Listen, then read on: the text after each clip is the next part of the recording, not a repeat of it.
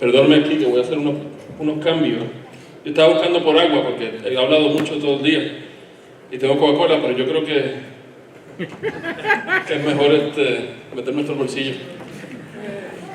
No, pero de verdad que ya empezó esto sin yo presentar. Vamos a ver para atrás. De verdad que tengo un predicamento increíble porque cuestiones técnicas en español, man, Spanglish from hell. And the second thing is actually we have some guests that speak English, so I'm going to do my presentation in Spanglish. Right?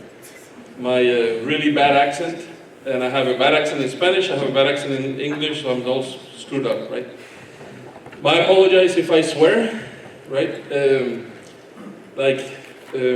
Jose actually mentioned, it's not like I'm mad, right? But I'm going to bring some reality on the things actually we're seeing as far as vulnerability disclosure.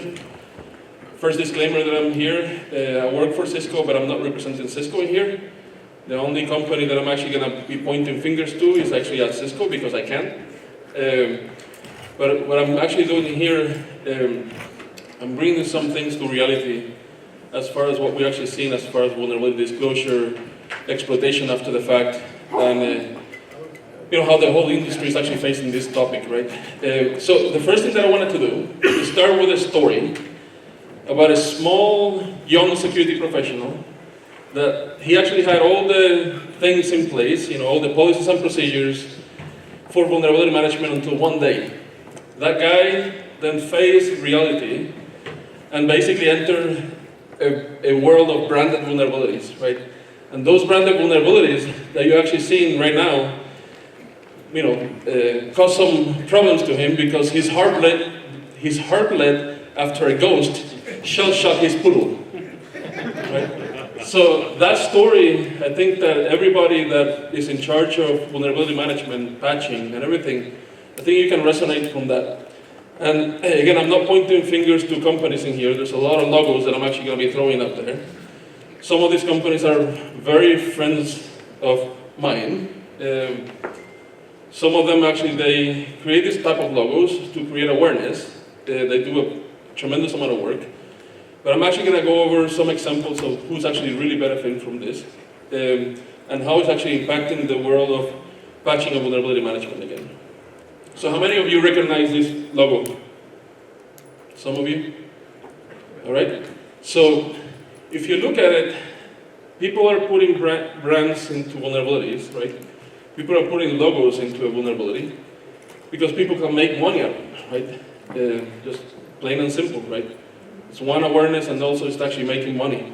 If you look at the definition of the actual brand itself, it's a type of product manufactured for a particular company under a particular name, right? A product, right? So if you're putting a name, a logo, a blog post, and everything, basically you're creating a brand for that vulnerability. And that's what we're actually seeing in here. So I'm going to start with, this is going to be very interactive. Feel free to interrupt me, feel free to say, call BS on me and everything. But I'm going to start with a little game, right? And I don't have anything to raffle, but we can start with this. You have a good prize at the end. So anybody can actually name that logo. Everybody can recognize that from a mile. It doesn't say Coke, doesn't say anything, that's actually Coca-Cola, right? What about that one? Of course, everybody recognizes that, right? What about that one? There you go, good job. What about that one? Yeah. What about that one? Yeah. What about that one? Yeah. What about that one? Wow, getting good. There you go. You just won the internet. Right? So if you look at it, even a kid can recognize some of these logos. I have an 11-year-old daughter that can recognize the Heartbeat logo because she saw it, she has asked me what it was, and right now you show them all these logos and probably she can recognize 3 of them. So it's a tremendous amount of success of getting the industry's attention with the logo, with things out there. Now, if you look at it, think about Poodle, right? You were able to recognize that logo. It was kind of a permutation between Poodle and Heartbeat, because it's, I guess, bleeding from the side. But how many logos do you think that there are for Poodle right now? I don't know, but I found a few. That's one. That's another one. That is another one. And another one. And another one. Again, I'm not pointing fingers to a specific company, so please, my apologies, but there's another one. That's another one. And that's another one. Let me censor it just, in case there's lawyers in here. But if you think about it, is Poodle the end of the world? Is Poodle a true, it's a vulnerability, don't get me wrong.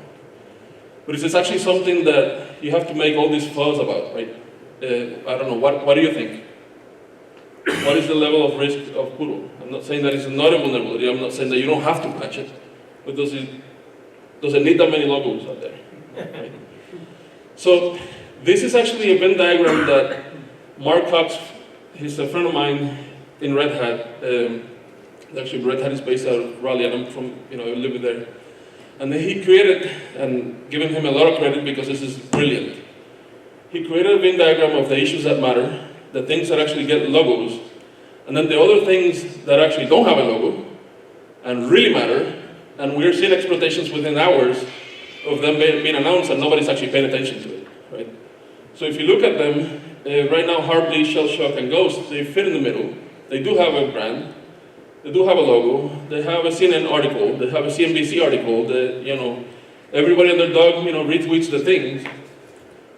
But if you look to the left, there's someone hidden there, if it's, like Grinch, that's not even a vulnerability. In December it was announced, got a logo, we got some press and everything. It doesn't even classify as a vulnerability. So again, he did actually a really good job of actually making the difference between the issues that matters and the issues that don't.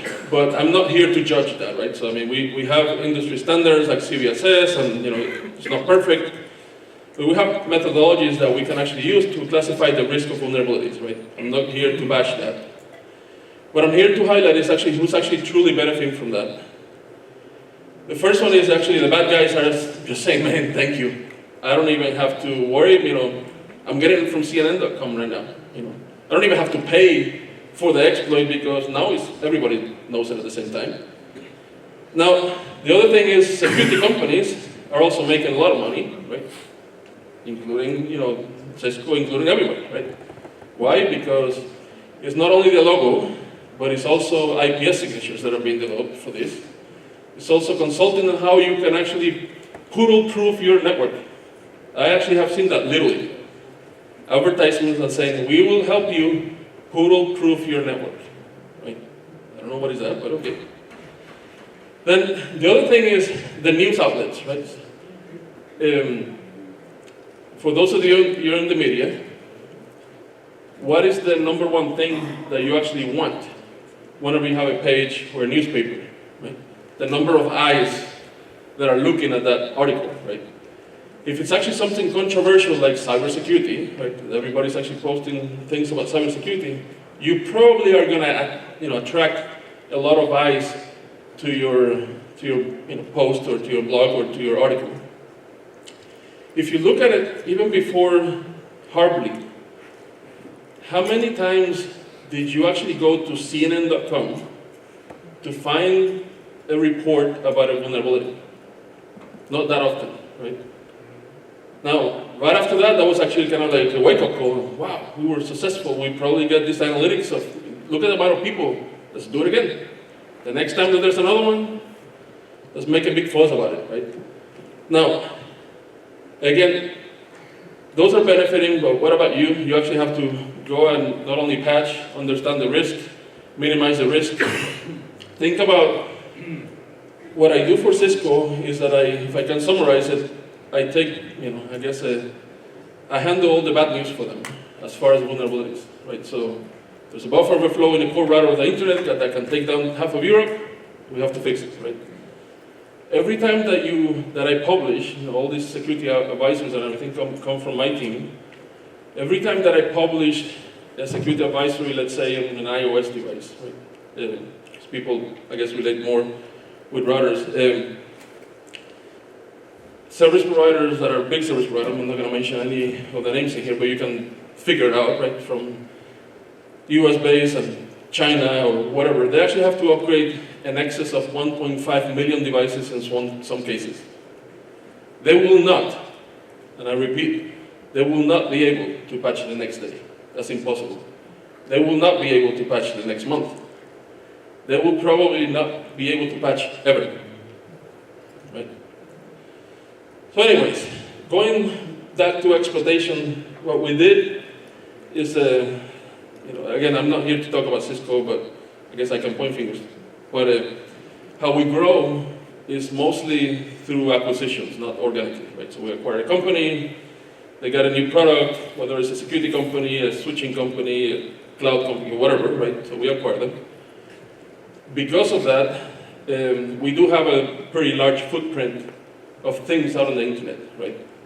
Whether it's cloud-based, towers coming from ScanSafe, or SourceFire, whatever, right? So we have a lot of threat intelligence, and what I try to do is actually monopolize on that because it's free for me, right? So every time that there's a new vulnerability, I ask, okay, so are we seeing something bad about this that I can actually have to get some indicators of compromise and write something so the customers can actually protect, right? And for Heartbleed, we actually saw exploitations the second day. Again, everybody was notified at the same time.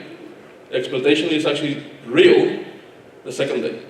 I have a friend of mine, I actually organized B-Side Rally, and Paul actually has presented there, he's showcasing the thing too. But at any rate, I have a friend that what he does is actually, he does security protecting Bitcoin. And he told me, actually, he presented last year, he says, you know what was a vulnerability that was successful to compromise mining, to do mining for me? It was Heartbleed, and it was in 3 days of when it was exposed to the public. So even something as funny or, I guess, somewhat controversial as Bitcoin, right? You can do some harm. Imagine actually the real bad guys out there, the guys that actually have a lot of support, a lot of time, and a lot of money to be able to actually weaponize this. But anyways, Shell Shock came in, which is another vulnerability that we do have to pay attention. So thank God that there was a logo for it, a blog post and everything. It's really bad vulnerability. We saw exploitations in 2 hours after it was announced. Again, less than a year, 2 days, 2 hours. Nobody had a patch for that. So let's talk about Heartbleed, and again, this is somewhat old news, but as far as exploitations, we started to actually look at, where is it coming from, mostly of the scans, to try to actually compromise systems. And people usually, and including myself, point to this country, right? I'm talking about the destinations now. Look, most of them, it was actually to China.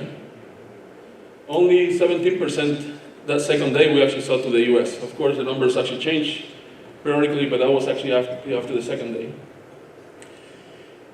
Again, 2 days, the attacker success and some of those potential indicators of compromise were over 12% of success rate. That's actually pretty good success rate. As a matter of fact, if you actually go to the underground, actually, he just presented, Claudio just presented about the actual, how people are weaponizing malware in mobile environments, and people are making tons of money out of this.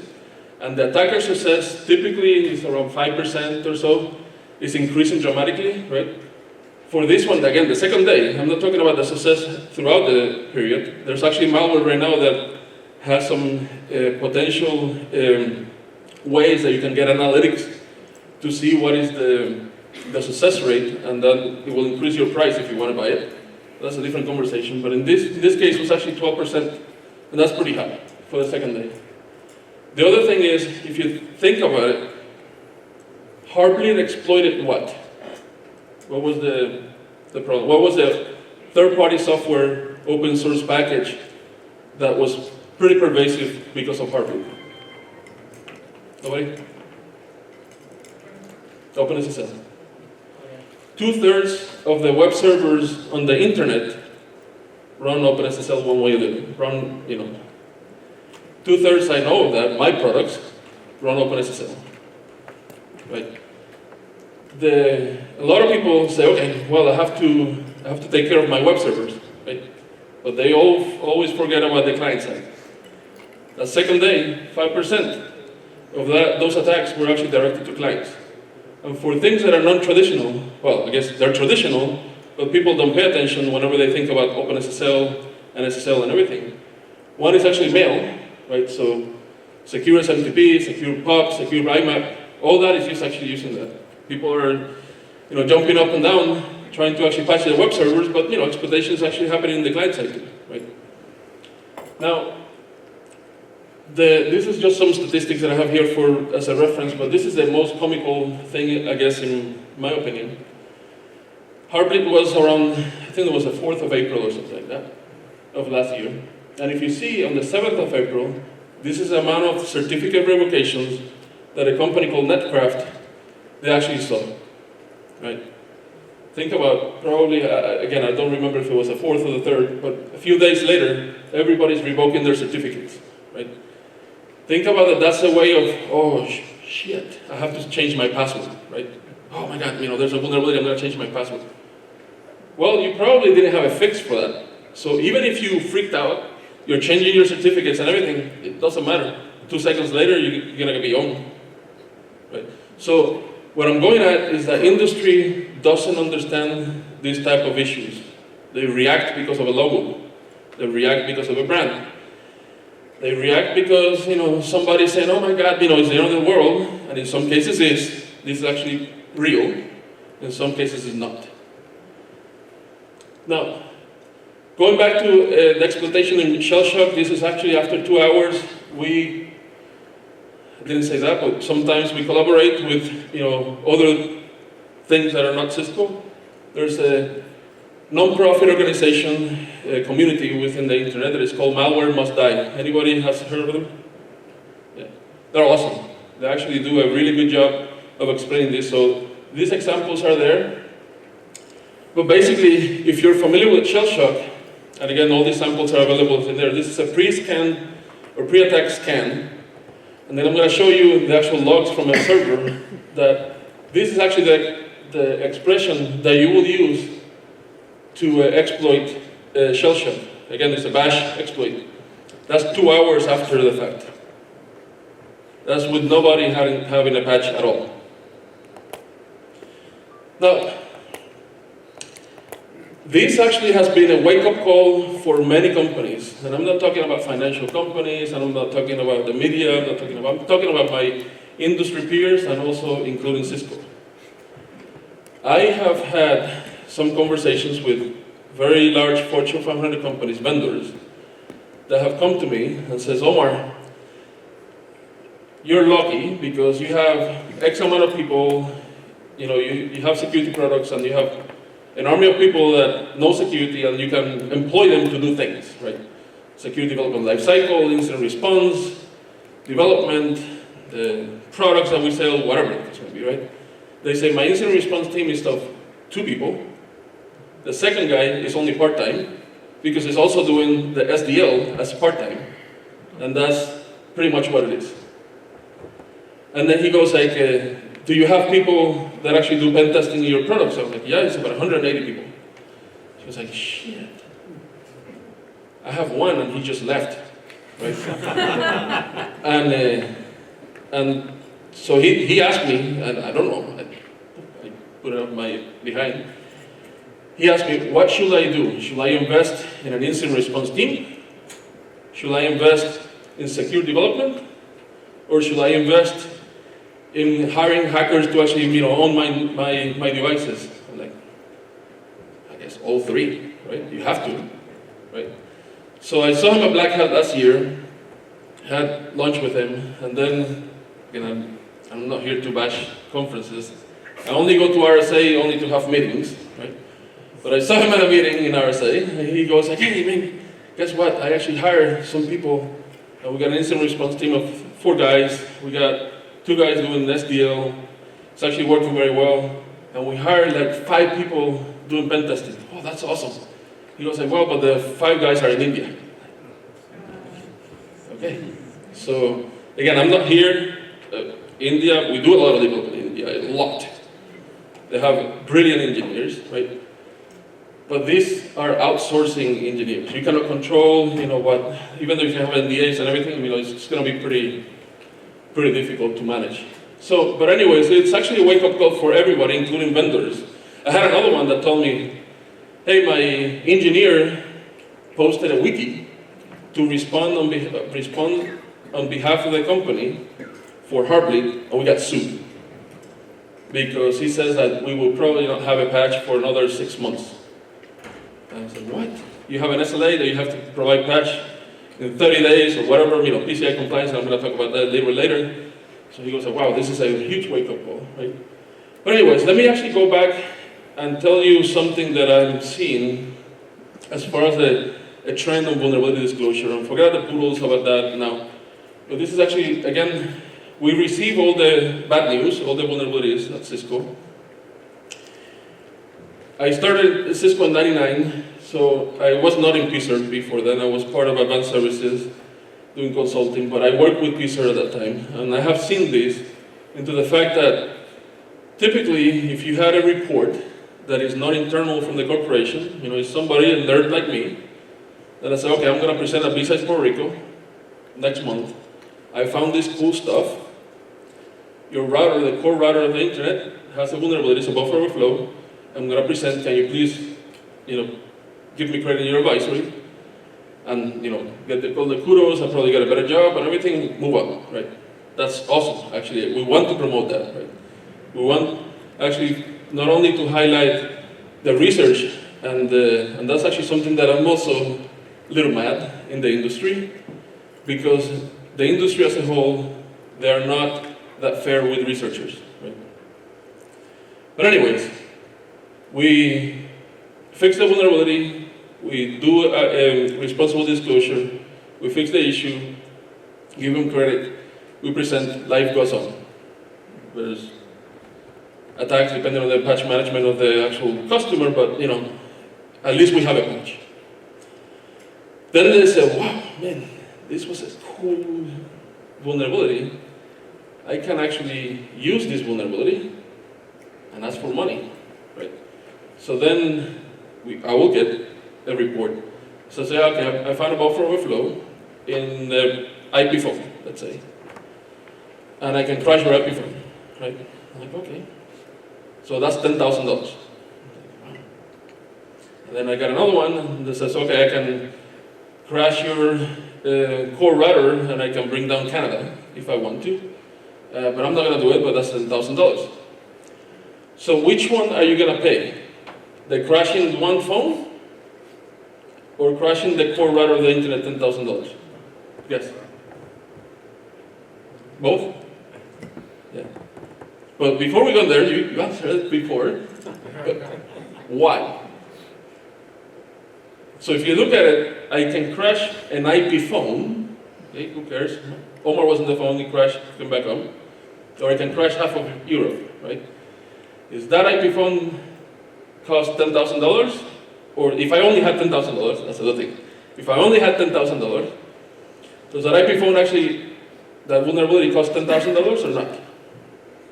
Then I was like, well, no. How many IP phones do you have? Exactly. So, one is how many IP phones there are, and there are millions, right? I mean, I'm not going to mention names, just large retailers that are huge, they have hundreds of thousands, right? But, screw it, it's a phone. They're crashing, they cannot call AL23, there's a slip, right? Okay, whatever, right? The internet is not going down in Canada. So if you look at it, okay, it's a buffer overflow, what else can I do? Okay, I can probably do remote code execution. Oh shit, okay. So then, what can I do with that? I can probably listen to your conversation without the phone actually being picked up. What if that phone is in the president's desk, which actually it is now $10,000 or is it $100,000 and screw me if Canada goes down? I didn't say that, right? That's what, there's no price models whenever it comes from vendors. And after the fact, what we actually did is, some of the researchers, as a matter of fact, I had one 6 years ago from Europe. Actually, a US guy went to Europe. I can say publicly we actually have good relationship with them. Outpost 24, they found TCP state manipulation. We looked at it, and we say, holy crap, this not only affects Cisco, it affects pretty much every single vendor, Microsoft, Juniper, and everything. Because of that, actually, literally before that, we created a non-profit organization called ICASI. And basically what we do is, we have guys from Juniper, Cisco, Microsoft, Oracle, IBM, I think that VMware just signed yesterday, Amazon. And what we do is, through a whole bunch of NDAs, sometimes I'm in the phone with my competitor more than I'm with Cisco. We're trying to actually find why TCP has that vulnerability to be able to actually protect the internet, right? So the guy was freaking cool, right? So he said, man, let's develop code together. So I flew him to RTP, to Raleigh. We actually went there. I actually created some proof of concept with him, presented to Microsoft. That's a different story. But we got Microsoft patch, we got Juniper patch, we disclosed it. Unfortunately, whenever the guy went back, he liked to smoke, and his house caught on fire and he died. But that's a different story. But amazing guy. He wanted to play with gear. He wanted to play with the $12 million device that he couldn't afford, and that was his, reward, right?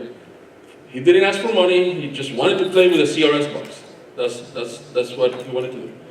But anyways, since that pricing model actually works very, very, very, very, very well in cloud services, Chris Evans from Google, he's a friend of mine, he started Project Zero. How many of you know about Project Zero?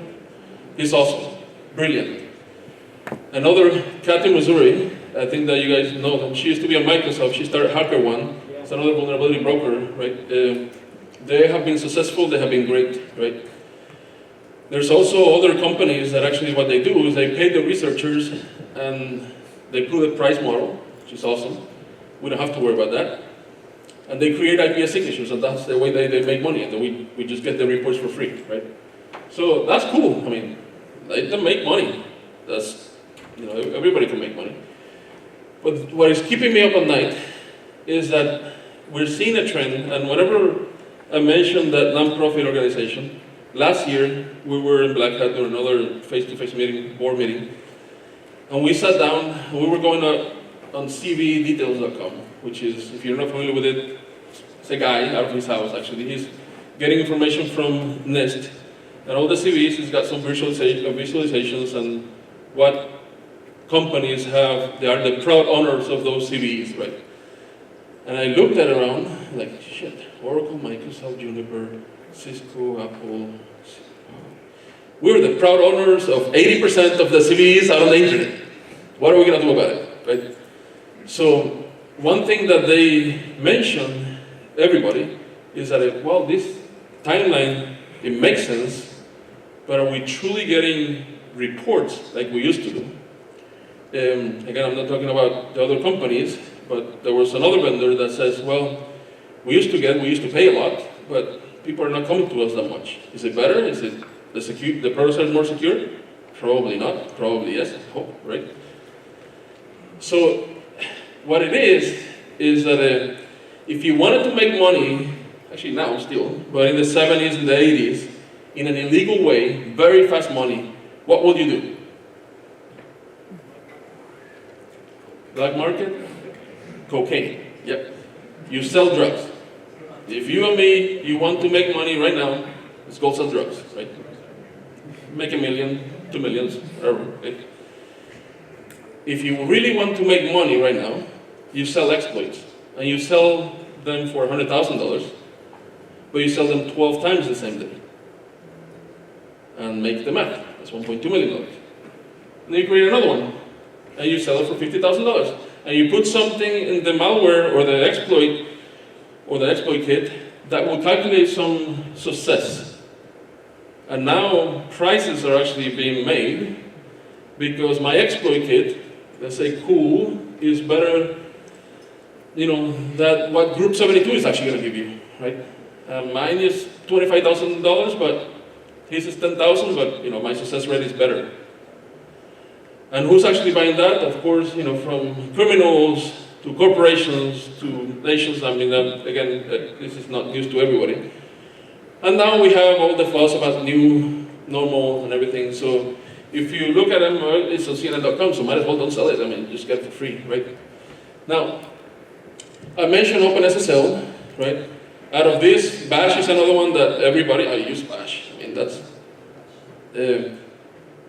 NTP. Hopefully you use NTP, right? You have Apache HTTP server, right? You have many other things, Tomcat. Group 72 is a very well organized, crime ring that we started studying about a year ago. And they had, I forgot what is the name of the exploit kit, but it was attacking or concentrating in Silverlight. What is out there that some people claim that is 20% of the traffic on the internet from 6 to 8, whatever the prime time is, that uses Silverlight? Netflix. So if I can compromise all Netflix users, man, that's pretty freaking cool. Right? But anyways, that's what I consider critical infrastructure whenever it comes to open source. Because everybody uses it. Again, Heartbleed, OpenSSL, 2/3 of the web servers on the internet, whoever you ask, right? But it's a lot. Apache, everybody and their dog actually uses open source. But what is next? What do you think that will be next that I can compromise things en masses? That is also open source. I'm not going to throw out companies under the bus. Just say open source. What do you think? Android? Cell phones? Yes, in general. What's up? Phones. Phones in general. Phones in general, so that's in the masses. That's actually a perfect example. He was just presenting about that. What else? What is something that is being developed right now? As a matter of fact, we use it. We actually created a new version of it. We're gonna continue to use it very heavily. And many companies are using it to try to avoid paying things like Amazon or Rackspace actually uses it. So I just gave the. Who's that? Cloud service? Bitcoin? No. Well, that's a different one. But yeah. So Docker. I'm gonna get to Docker in a second. OpenStack. If I can compromise OpenStack, basically all the IoT devices, Internet of Everything, whatever you want to call it, the buzzwords of the day, they're going to communicate to some type of cloud. All your, even CRM documents are in some people's clouds in some cases and everything. If I can compromise that, that's pretty cool kung fu there, right? Now, so let's talk about patching and timelines again. If you look at it from a high-level perspective, and again, I'm really bad in here because I'm between you and beer, so I'm going to try to accelerate. So,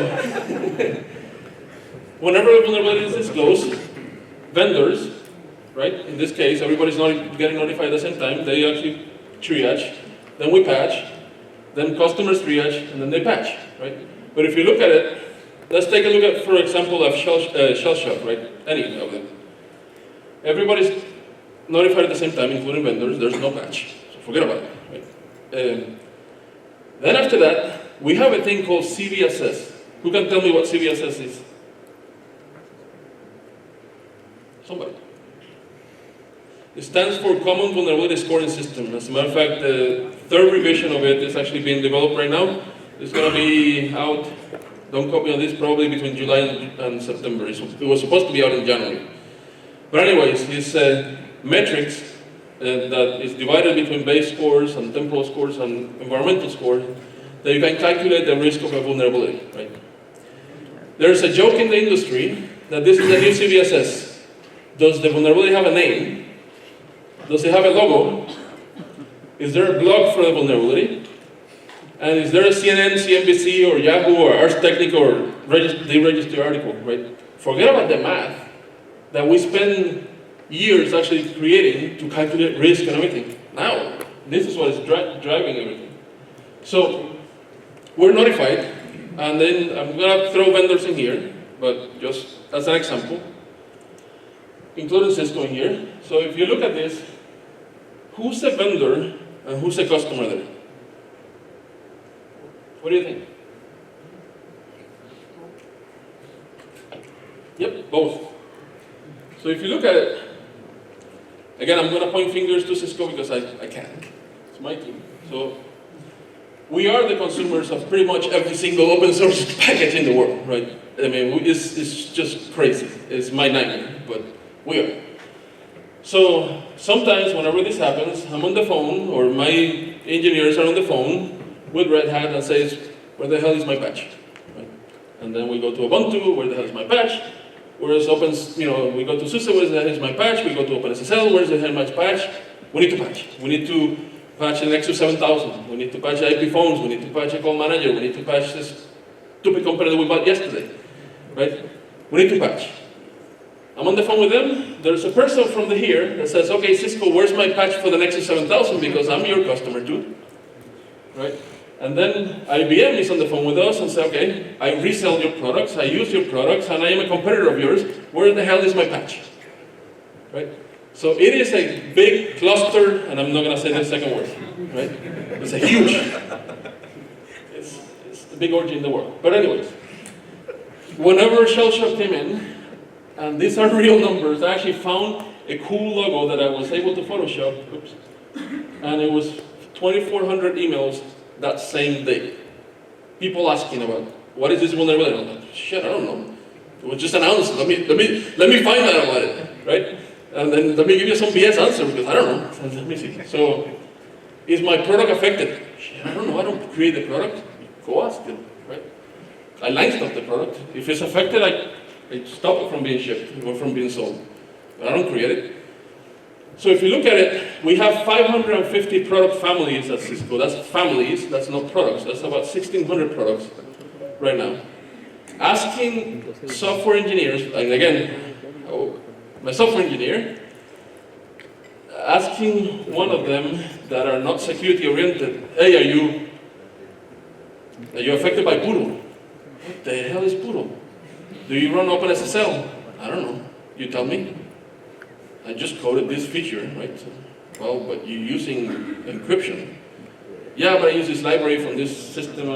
What the? Okay. So let me talk to your boss, and your boss, and your boss's boss, and your boss's boss. And then let me screw this. I have to actually tell this to the company, like now, because I have banks, I have the biggest infrastructure of the world and everything asking me if am I affected, right? So of course, we're engineers. So what I did is I created a shitload of scripts, right? And a dashboard, we call it a hot page. Actually, we had a hot page for a long time. A whole bunch of things that I'm gonna go through source code repositories and everything and try to figure out if you're running that, to give you some type of a signature and say, okay, you're not gonna be admin, you are running this, but that's impossible, right? So we are dependent on humans to be able to actually react into this, and humans are not going to be able to solve this problem. We will not solve the security problem. Right? So, anyway, oops, went blank.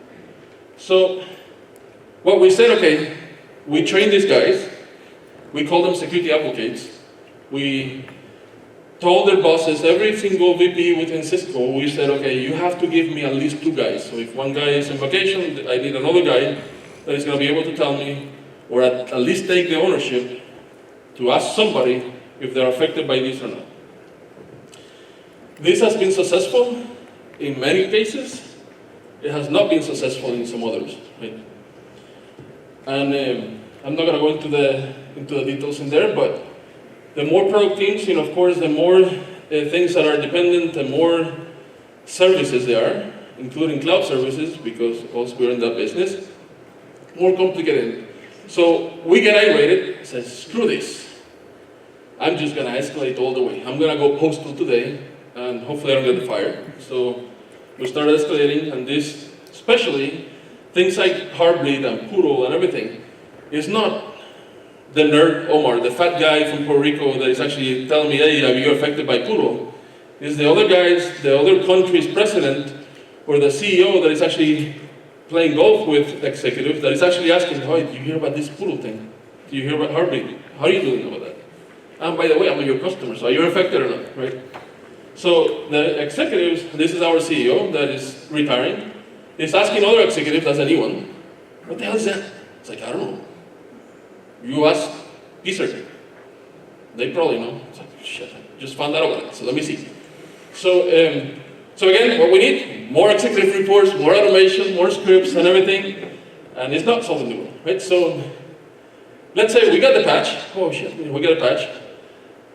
I had customers that literally have asked us, do not test the patch. We will test it for you. Just give it to me. Right? Sounds kind of bad, but give it to me, right? So give me the patch today. I'll do the testing for you. And I'm under compliance, right? I need to do a check mark. After that, after we provide a patch, then they actually have to triage. They have to test the patch. They want to make sure that that patch doesn't break OSPF and the whole network goes down, right? They have to patch that. We did introduce a new buffer overflow, that there's a remote code execution, that now the CVSS core from 7.8 is a 10.0 because it's a complete remote code execution, and then you just, try to pet the poodle, and you got the big 800-pound gorilla, right? And then after that, this can take weeks, can take months. I can assure you that there's people right now, after a year, that they do not have a patch for Heartbeat. And then there comes HIPAA and PCI compliance. In the past, if you ask different verticals, and again, I know that we're all well represented here, no pointing fingers to anybody, but if you ask all the verticals how they actually want vulnerability disclosure out there, how they want the vendor actually to react into this, you will get different answers, right? Service providers, typically, they have to patch 1.5 million devices in some cases. They don't even want to know, right? But they will look for workarounds, right? They will not reboot the internet. They will look for other things in the network that actually they can apply to mitigate the vulnerability. If you ask a bank or a healthcare provider, the one they actually patched yesterday, and they can care less about the workaround, right? Now, I had some conversations with some very large financial customers of ours into the fact that they say, okay, I needed that patch like tomorrow. Yeah, we're working on it. Well, we need it. Yeah, we're working on it. And then I look at their configuration and I say, well, you are not running any of the features that make me vulnerable. It's like, screw you. I can care less of what you tell me. If the device can be configured 2 years from now with that feature, I want that patch. And I'm like, shit, if I was on his side, I would be saying the same thing, right? So if you look at it in that type of vertical, forget about workarounds, forget about the configurations, forget about actually even automating into the fact that looks for if the device is configured to that fact. Because I have PCI and DSS, PCI DSS and HIPAA compliance that I have to get a check mark. For those organizations, and unfortunately, some of you may be in those organizations, vulnerabilities and security are a commodity. They will come, they will go, right? One of the trends that I'm actually seeing, I was actually talking to a gentleman today about this, is that people are giving up already, and they're asking for cyber insurance. If my company is a retailer, and I know I have a case study of a big retailer that got extradited 50 million credit cards, and I know that it cost them $2 billion. Let me see if I can get insurance for $2 billion, and my deductible is $750,000 out of $750 million. I'd rather eat that $750 million than the $2 billion, even if I'm in the news or whatever. That $2 billion will actually cost, So think about it. Your car, for me, right? Other than a cool toy to actually be hacked and everything nowadays, but your car is a commodity. You need it. You need to go from point A to point B. Technology for companies are now a commodity, are a necessity, but they're actually looking, and in the business case, it makes perfect sense, right? If you know that you probably are going to get an accident, probably, you're going to hit somebody and somebody's going to hit you, you got to get insurance to make sure that you don't have to actually come out with that and everything. And you have a team of people that you probably hire or even rent, because you can rent PR people, and they will actually handle that, right? It's actually pretty sad, but it's true. So how can we make it better, right? So one of the things is reality versus marketing. That's one of the things that I really don't like. The other ones is I'm challenging people across the industry to think about this problem. And I mentioned a problem But do you really have a problem? Think about it, right? Would you rather find out about a vulnerability with a logo, with a CNN-based article, than somebody in a nefarious place or entity using that vulnerability for 2 years and the industry doesn't know about it? Think about it, right? Is it better? Is it bad? So, again, there's a lot of point fingers that I was actually doing to poodles and everything, and all the logos, but is it better actually to find out about CNN and at least somebody's freaking patching than nobody patching after it's been sold for $100,000, 2 years before, right? Then the other one, clearly, we have to come up with a middle ground because the bad guys are really, you saw shell shock 2 hours, and that's real, right? That information, actually, that's the reason I didn't want to come from Cisco. That is a real exploit that was observed outside of us. It is real. So, what I want to actually know is that I want to ask you a question, is that what do you think about this, right? Is the industry doing a good job? Are we okay, because now this is actually getting more attention, it's waking up people and everything? Or it's just a big cluster F and people are not going to catch up? So, with that question, I'm going to conclude right now and take any questions or take any comments on this. What do you guys think? Omar, what is your opinion? Well, actually, you've been through it quite extensively here. But going to that last question, I do think that companies are getting what they deserve for putting security such a low priority. Without compromising your relation with your. No, that's fine. I mean, I think that they getting what they deserve because there's been some or a lot of companies that they just ignore these goodwill, good-hearted researchers. Yeah. And well, this is what you get. If you can get the attention, if you can get things done the right way by reporting it to the company and doing things right, or at least getting something out of it without having to go to the black market and screw someone over at China or Iran or whatever. Because we know states are. They will buy. Those are the ones that are paying big bucks for this. So, are we getting what we deserve? So, I don't think I'm compromising my position here. I think that the answer is all the above. We are getting what we deserve. The industry actually needs more recognition. The researcher absolutely needs more recognition into the things that they find and not to be ignored. One thing that I can be proud of, now I can talk about it. Last year you asked me on stage, I was there, like terrified, because you asked me, what do you think about the NSA? I said, I don't know, shit, talk to my lawyer. Right? Well, we got pissed off. The guy that I was making fun about there, he's our CEO, he actually wrote a letter to Obama, published it. He hired a whole bunch of lawyers, but he did it. Right? And the way is that we are not in bed with the NSA, and as a matter of fact, you have to see the amount of people within Cisco interrogating the bosses, because you're always going to interrogate the boss. You're not going to interrogate your peer. You're going to interrogate the boss and say, is it true? If this is true, I'm getting the hell out of here, right? And it's not true. It is true that there was some implications in there, and it's actually hurting the industry, but that's a different conversation. But that was a wake-up call. To be transparent, absolutely do not ignore somebody that is actually telling you that, hey, I found a vulnerability in your product. I am not selling it to $100,000. Pay attention to them. So that's the first thing that I tell the industry. And the third one, do we deserve it? Yes. And it's not like we deserve it because we deserve it, and I'll tell you why. We deserve a wake-up call, and we deserve to be reminded reminders like this on a periodic basis. It's not like one-time event. I think that we deserve more, right?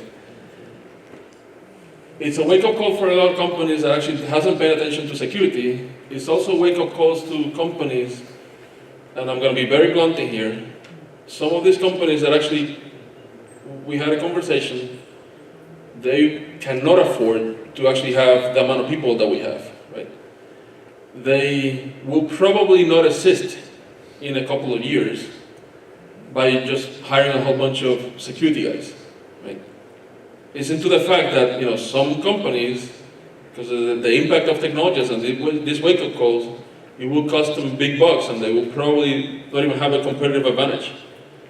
So they have to realize that, and my answer to that is, whenever you you have to have good sense of risk whenever you're creating something, right? That's actually something that I advocate at Cisco. I'm not here to point fingers, but I point fingers to Cisco. Is that I get a new product team, and they're about to use an open source, and I have contributed to open source. I love open source, and I think that free or die. But you also have to understand the implications of maintaining that, right?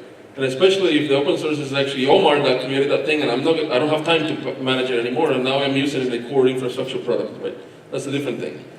But that's a different wake-up call into the fact that now you have to pay attention on how your operations should be adapting for you to survive, because you probably will not be able to survive, to be able to actually absorb all this, right? So yes, the long answer is that, and the short answer is yes.